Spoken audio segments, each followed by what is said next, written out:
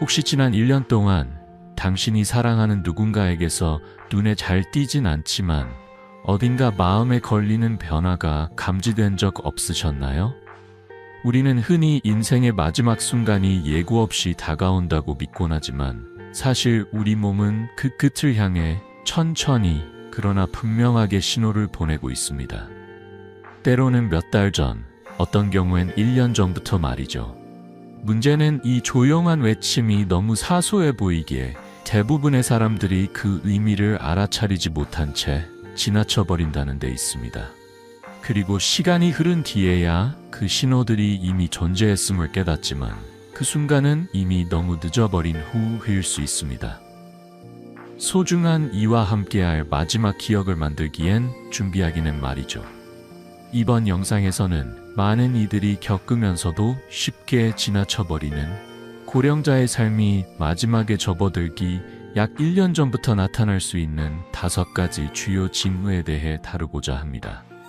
아마도 이 중 일부는 익숙하게 들릴 수도 있지만 그것을 단순한 노화의 일부로만 받아들였다면 중요한 것을 놓치고 있었을지도 모릅니다. 아주 작은 변화처럼 느껴질 수 있지만 사실 그것은 신체가 천천히 약해지고 있다는, 그리고 삶의 종착지를 향해 걸어가고 있다는 신중한 경고일 수 있습니다. 이러한 징후를 조기에 알아차린다면 단지 보다 적절한 돌봄을 제공하는 것에 그치지 않고 남은 시간 동안 더욱 따뜻하고 의미 있는 순간들을 함께할 수 있습니다.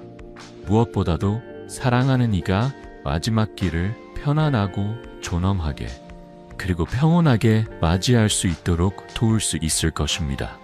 부디 끝까지 함께 해주세요. 이제부터 소개할 5가지 징후를 아는 것만으로도 우리는 심리적, 현실적으로 다가올 이별에 보다 단단히 대비할 수 있습니다. 무엇이 일어나고 있는지를 이해하게 되면 갑작스러운 상실에 충격을 받기보다는 남은 시간을 더 가치 있고 충실하게 보낼 수 있습니다. 그럼 첫 번째 징후부터 살펴보겠습니다. 첫 번째, 눈에 띄는 체중 감소. 이것은 인생의 마지막 해가 가까워졌음을 알리는 가장 이른 그리고 명확한 징후 중 하나입니다. 처음에는 아무렇지도 않아 보일 수 있습니다. 예전보다 허리띠가 느슨해지거나 익숙했던 옷이 헐렁해지며 식욕이 예전 같지 않다고 느끼는 등의 변화가 찾아옵니다. 많은 가족들은 이를 단순히 나이 들어가며 생기는 자연스러운 변화로 여겨 걱정하지 않곤 하지만 사실 이러한 체중 감소는 결코 가벼이 볼 문제가 아닙니다. 신체가 더 이상 영양을 제대로 흡수하지 못하거나 근육이 점차 줄어들고 생리적인 기능마저 저하되고 있을 수 있다는 신호일 수 있기 때문입니다. 물론 나이가 들면 어느 정도의 근육 손실은 흔한 일이지만 그 속도가 지나치게 빠르다면 이는 단순한 노화 그 이상을 의미합니다. 특히 단백질을 제대로 소화하지 못해 근육이 급속도로 빠지게 되는 경우 단지 체형의 변화에 그치지 않고 움직임 자체가 어려워지고 낙상의 위험도 커집니다. 더불어 면역력 저하로 인해 각종 감염에도 쉽게 노출될 수 있습니다. 그리고 이 모든 변화는 식욕의 변화와도 긴밀히 연결되어 있습니다.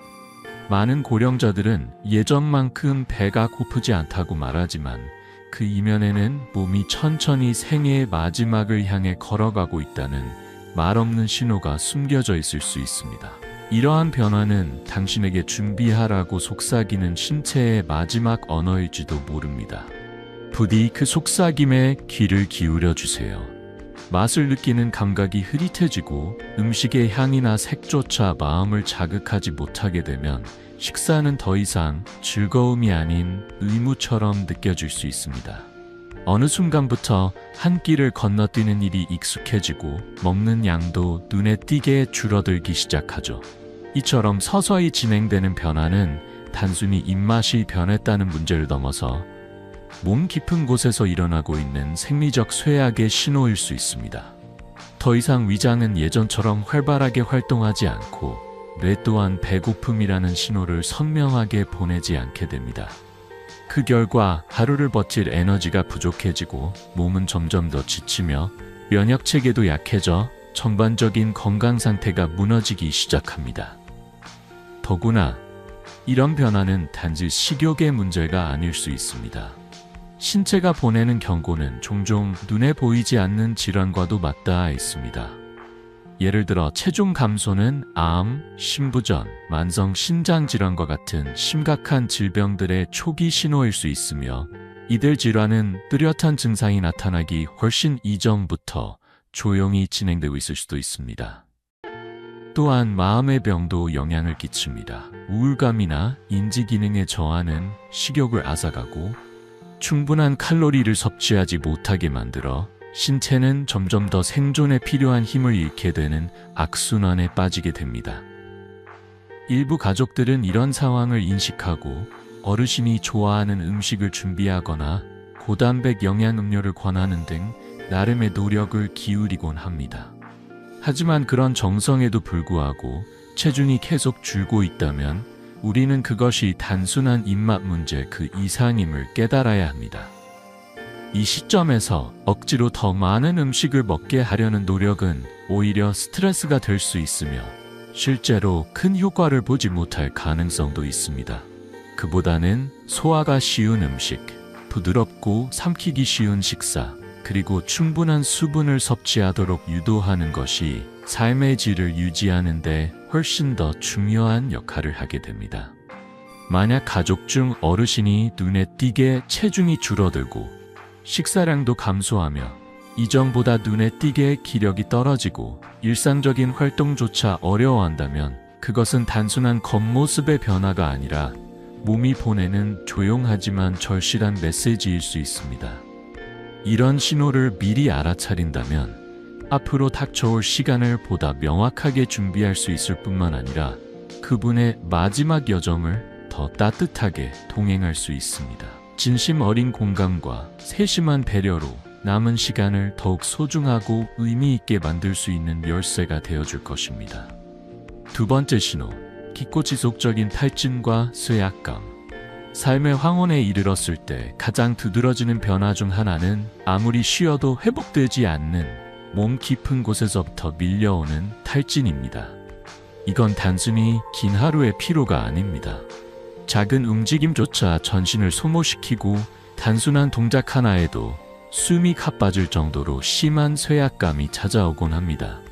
침대에서 몸을 일으키는 것조차 큰 도전이 되고 화장실까지 가는 길마저 길고 버거운 여정처럼 느껴지며 평소엔 아무렇지 않던 일, 예를 들면 간단한 아침 식사를 준비하거나 옷을 입는 일, 심지어 짧은 대화를 나누는 일조차도 감당하기 힘든 과업처럼 느껴질 수 있습니다. 이러한 극심한 피로감은 단순한 노화 현상이라고 보기엔 너무도 깊고 지속적입니다.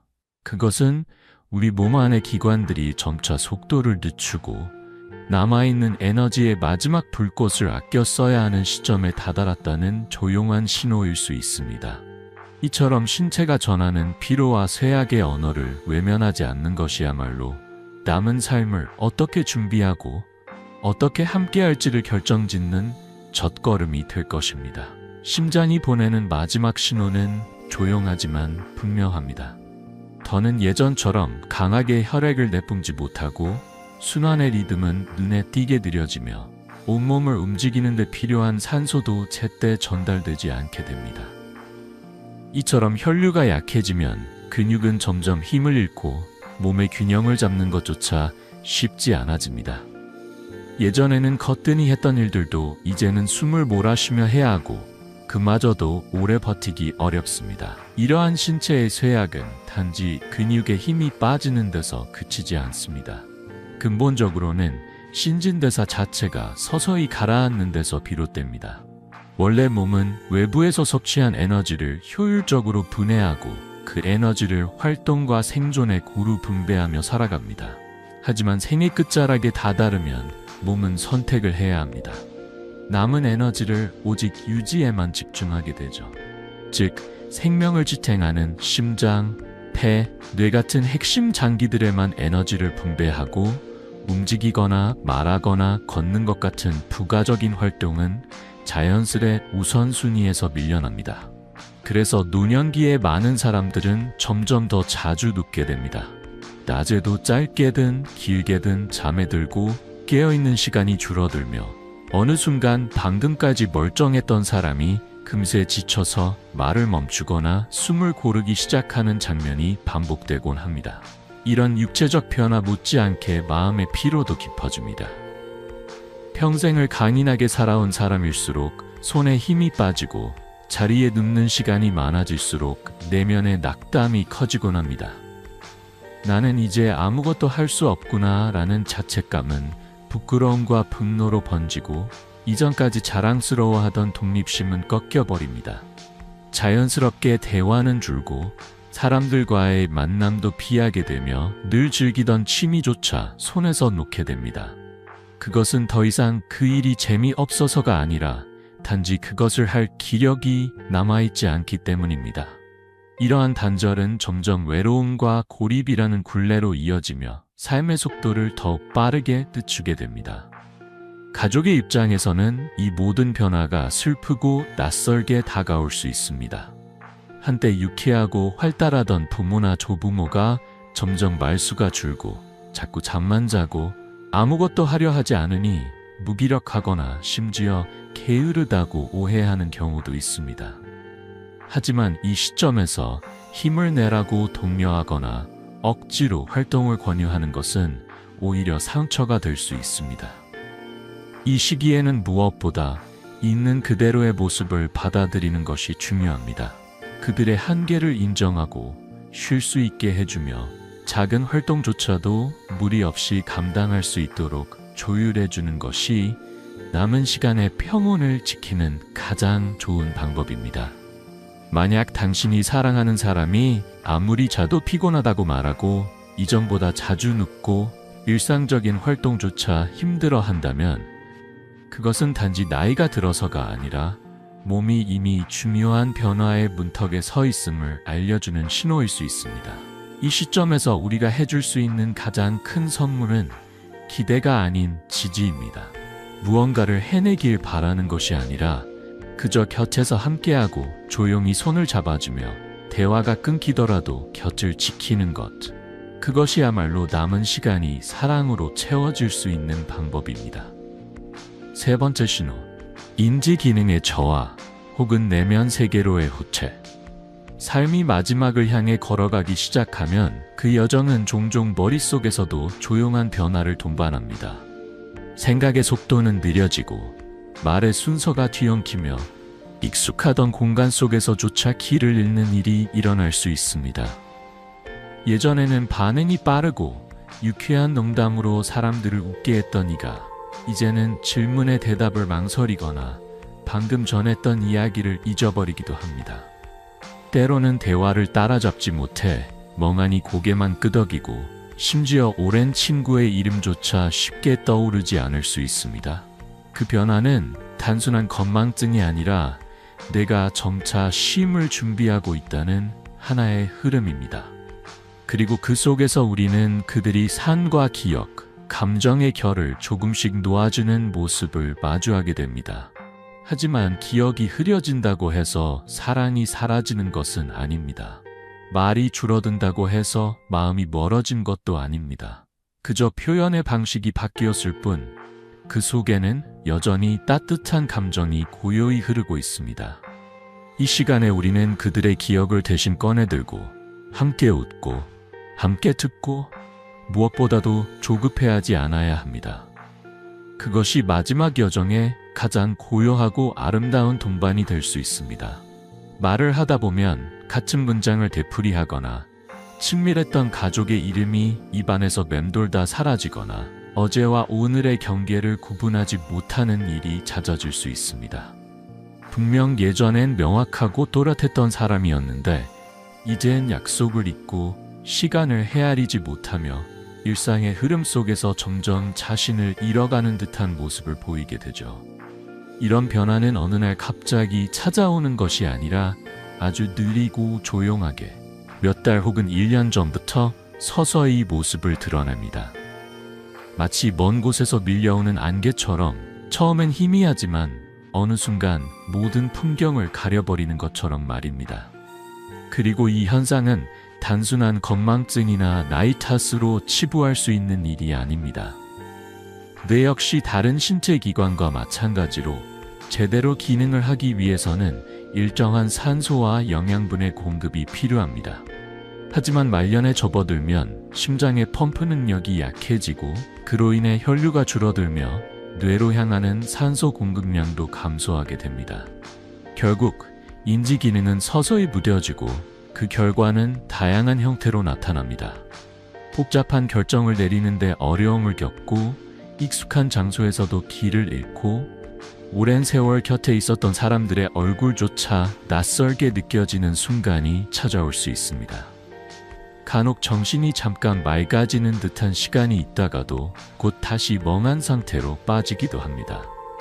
마치 흐릿해진 의식이 짧은 찰나 동안 되돌아오는 듯한 그런 순간들이 반복되죠. 그리고 이 모든 흐름 속에서 더욱 뚜렷하게 드러난 것은 내면으로 향하는 감정의 태각입니다.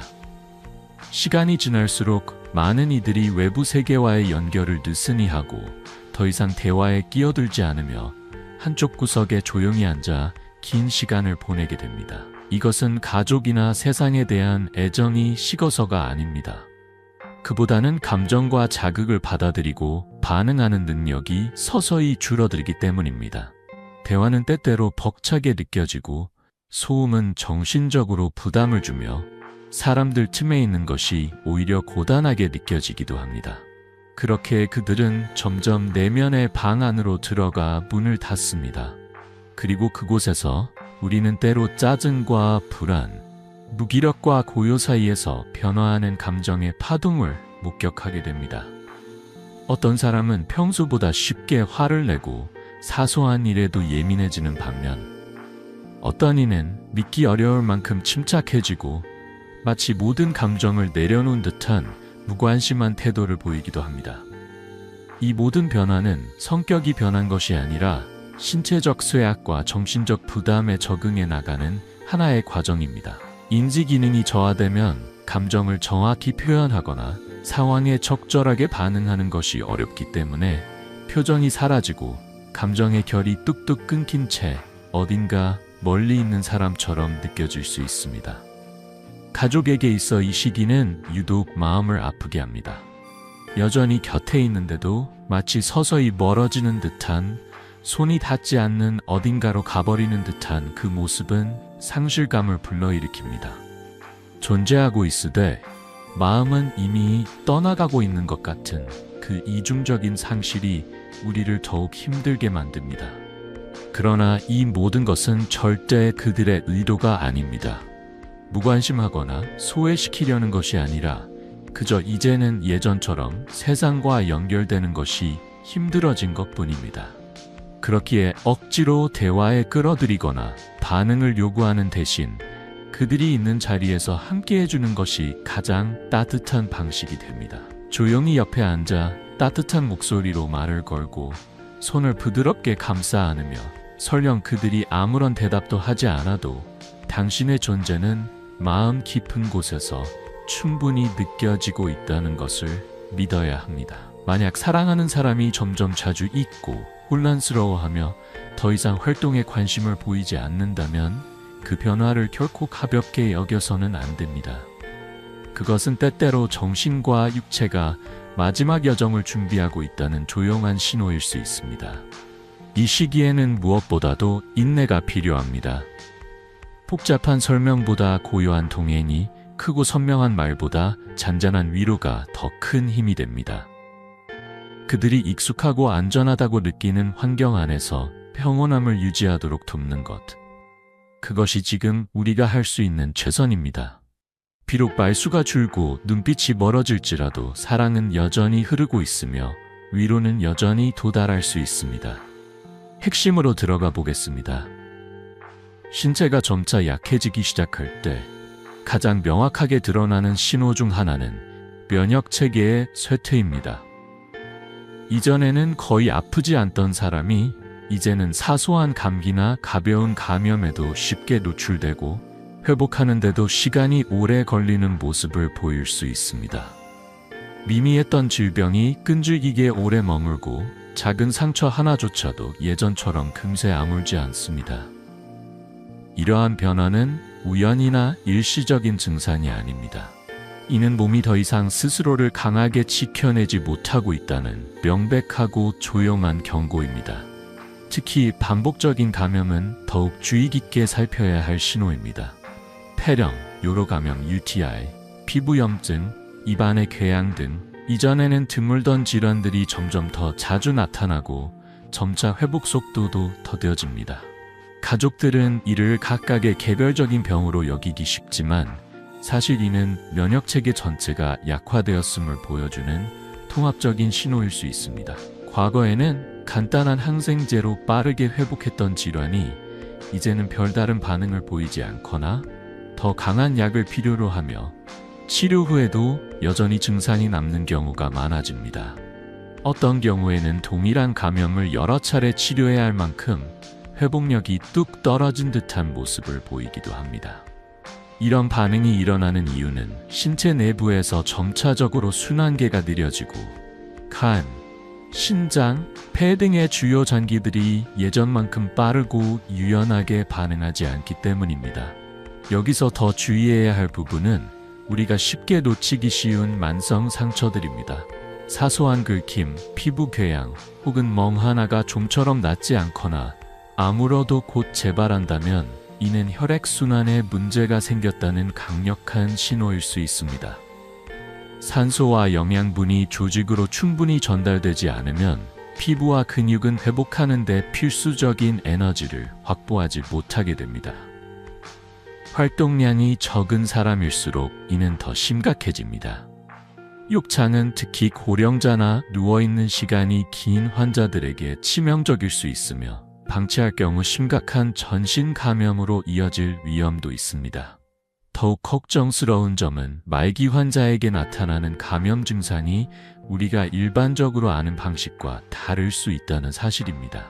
고열이나 통증 같은 전형적인 증상은 드러나지 않고 대신 그들은 갑작스러운 피로감, 무기력, 식욕 저하, 혼란스러운 인지 변화 같은 애매한 형태로 증상을 표현합니다.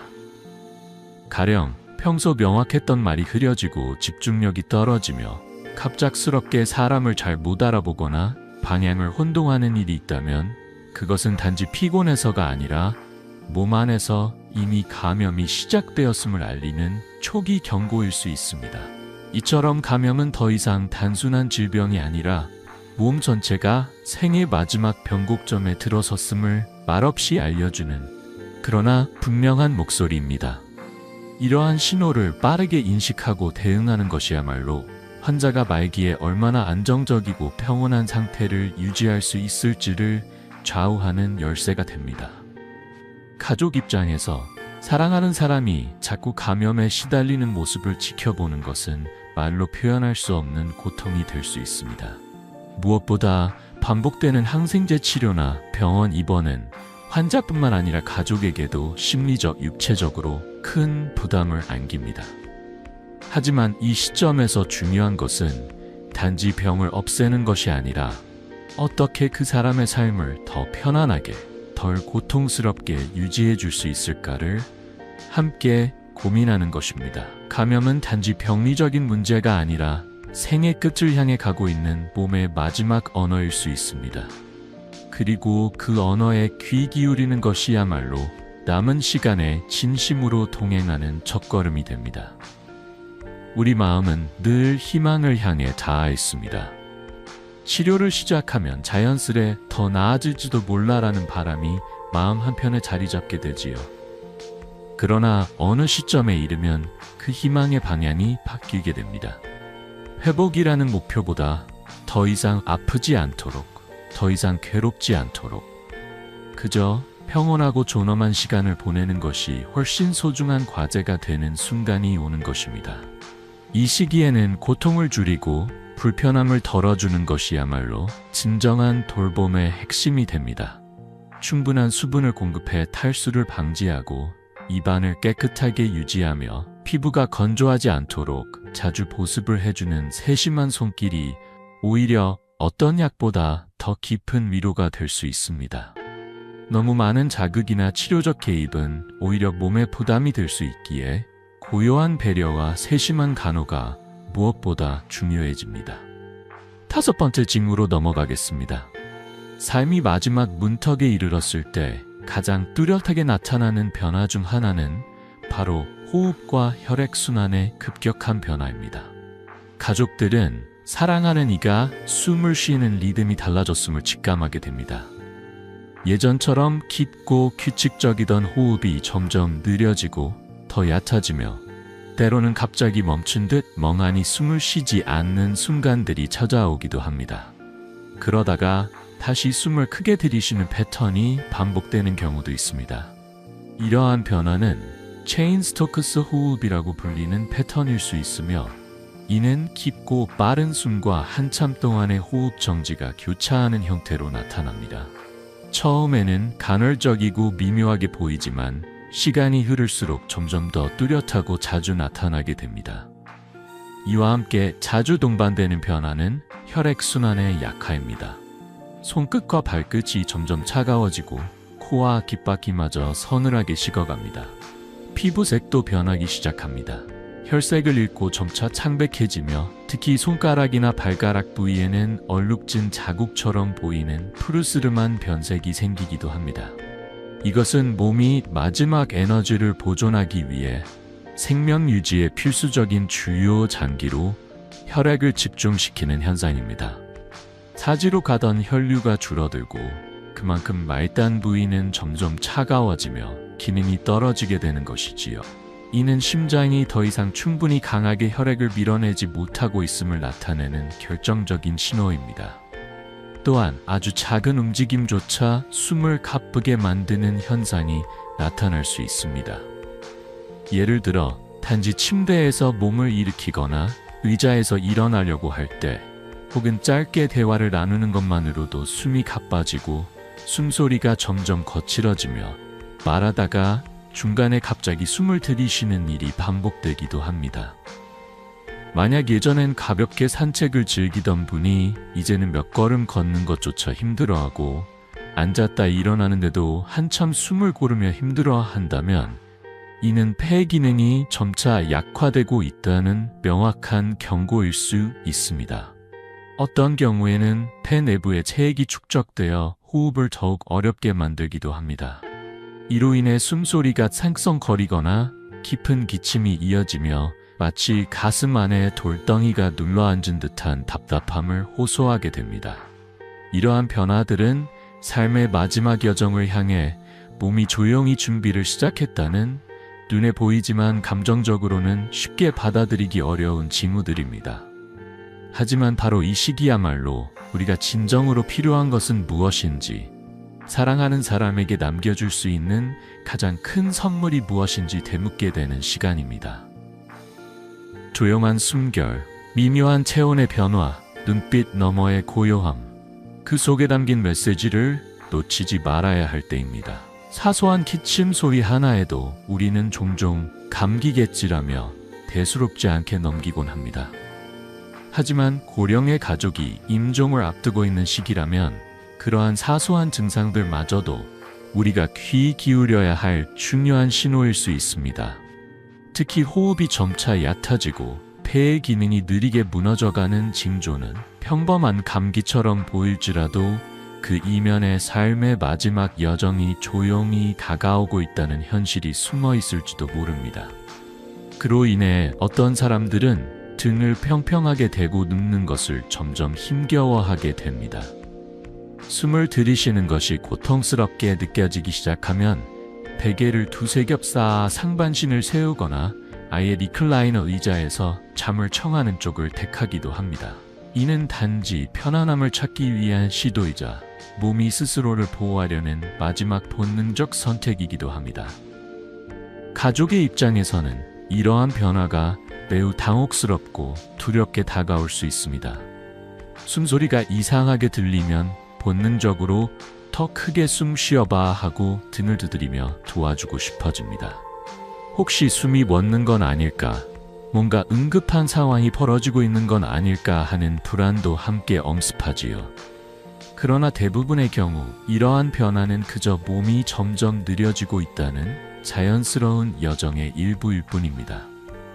되돌릴 수 있는 것도 갑작스러운 위기 상황도 아닌 단지 조용한 마무리로 가는 길목인 것이죠.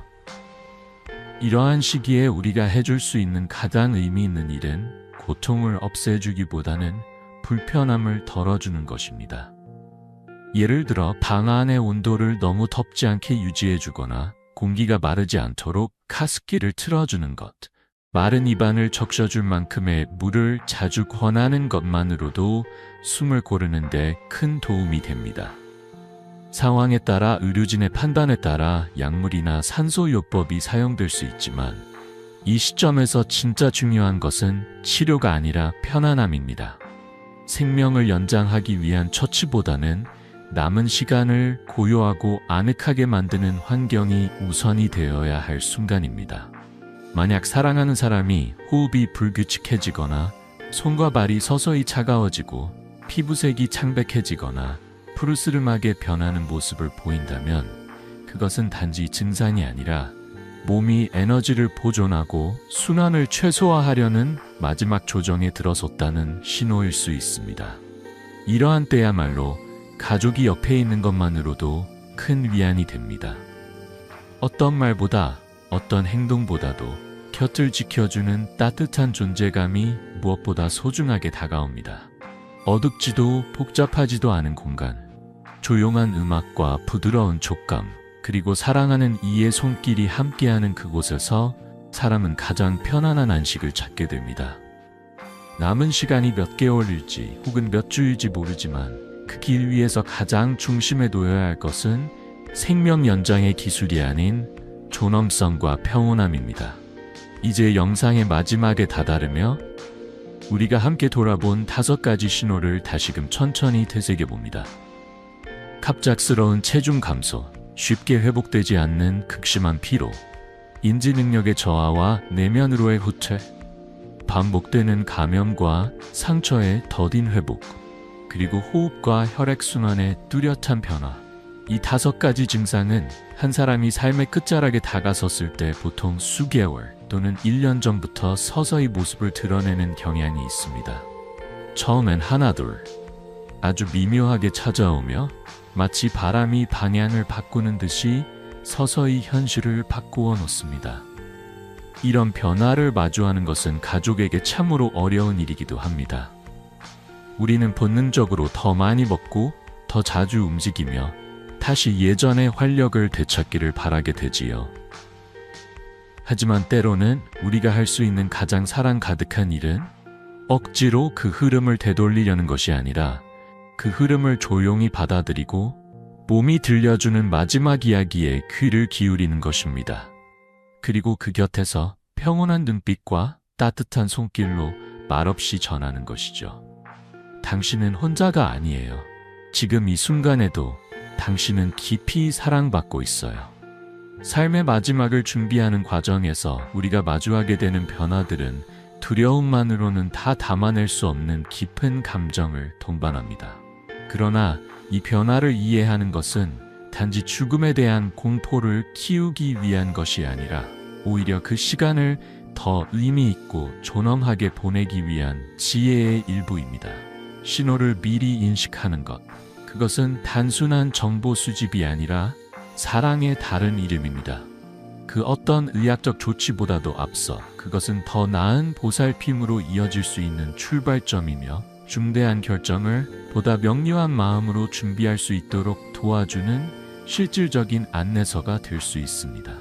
그리고 무엇보다 중요한 것은 그 마지막 여정의 끝자락에서도 사랑하는 사람이 온전히 사랑받고 지지받고 있다는 걸 느끼게 해주는 길이기도 합니다.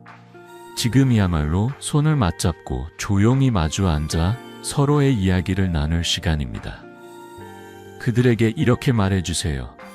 당신은 혼자가 아니에요. 당신은 여전히 사랑받고 있어요.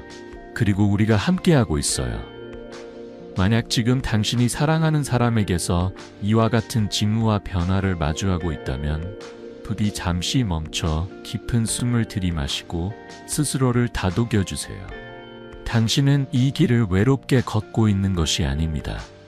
수많은 사람들이 같은 길을 걸어왔고 지금도 걷고 있으며 그 길 위에서 사랑과 인내, 이해와 평온을 하나씩 배워가고 있습니다. 이 여정이 결코 쉬운 길은 아니지만 우리가 그들을 위해 할 수 있는 가장 깊은 사랑의 방식은 그들이 떠나는 시간조차도 따뜻하고 평온하게 빛나도록 옆을 지켜주는 일입니다. 오늘 이 여정에 함께 해주셔서 진심으로 감사드립니다.